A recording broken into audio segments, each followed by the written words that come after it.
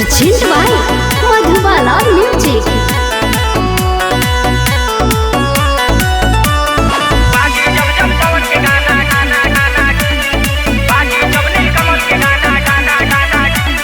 यार के अपने चलब बराती बचपन का हो जिगरी साथी पहन के चलब कुर्ता धोती साथ में चली है संगी साथी।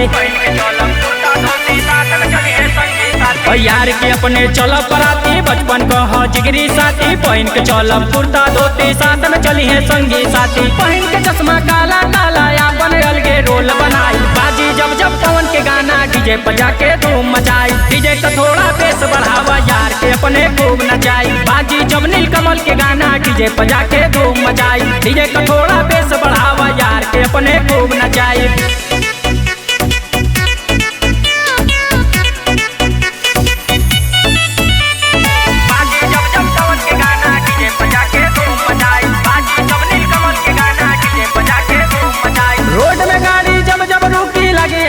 पौआ हो गाँव के लइका साथ में नचे उड़े लगी पंसौआ हो।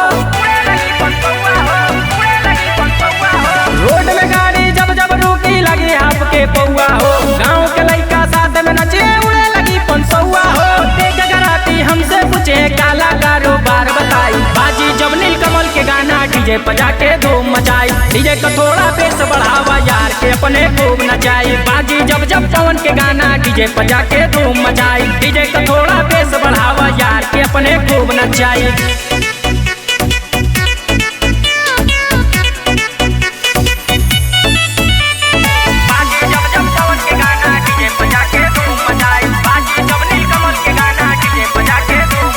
शाम के मौसम बदलल बाटे उड़ल टेंट समियाना के नाच के चौकी तुरले बालन का चौहान घराना के।